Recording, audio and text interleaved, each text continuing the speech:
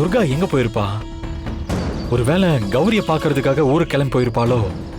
அப்படி இருந்தாலும் துர்கா நம்ம கிட்ட சொல்லாம போக மாட்டாளே. எதுக்கும் விசாரிச்சு பாப்போம்.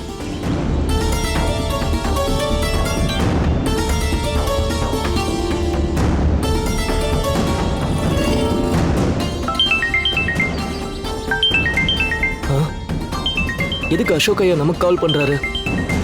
ஒருவேளை துர்காமா பண்றாங்களோ? ஹலோ. சொல்லுங்க ஐயா. நல்லா இருக்கீங்களா ஐயா? நான் நல்லா இருக்கேண்ணே. ஆமா, இப்போ நீங்க எங்க இருக்கீங்க? கௌரி எங்க இருக்கா? ஐயா, நாங்க உங்க ஊர்ல தாங்க ஐயா இருக்கோம். துர்காமாவுக்கு கண் பார்வை வரணுன்றதுக்காக கௌரி அம்மா முழுக்க முழுக்க விரதத்துல இருக்காங்க ஐயா. ஓ, அதனால இப்ப நீங்க கௌரி அம்மாவை தொந்தரவு செய்ய முடியாதுங்க ஐயா.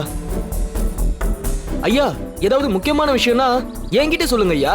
ஏன்னா விரதம் முடிக்கிற வரைக்கும் கௌரி அம்மா யார்கிட்டயும் பேச முடியாதுங்க ஐயா.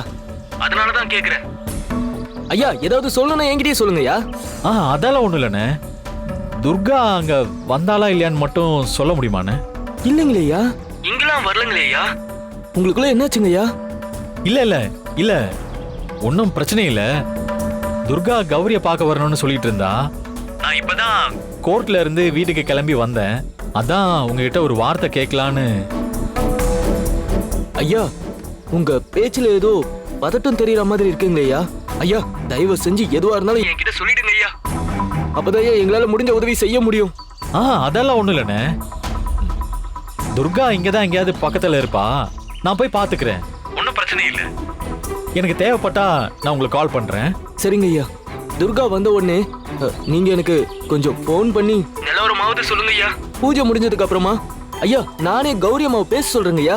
சரிண்ணே. ஓகேண்ணே. ஓகே. மெடிக்கல் ஷாப்புக்கு போறேன்னு சொல்லிட்டு வீட்டை விட்டு வெளியே வந்தவ திடீர்னு எங்க போயிருப்பா? வீட்டுல இருந்து கொஞ்ச தூரத்துல தான் மெடிக்கல் ஷாப் இருக்கு.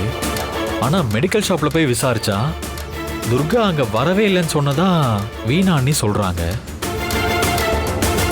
அப்ப மெடிக்கல் ஷாப்புக்கு துர்கா போலேனா வேற எங்க போயிருப்பா?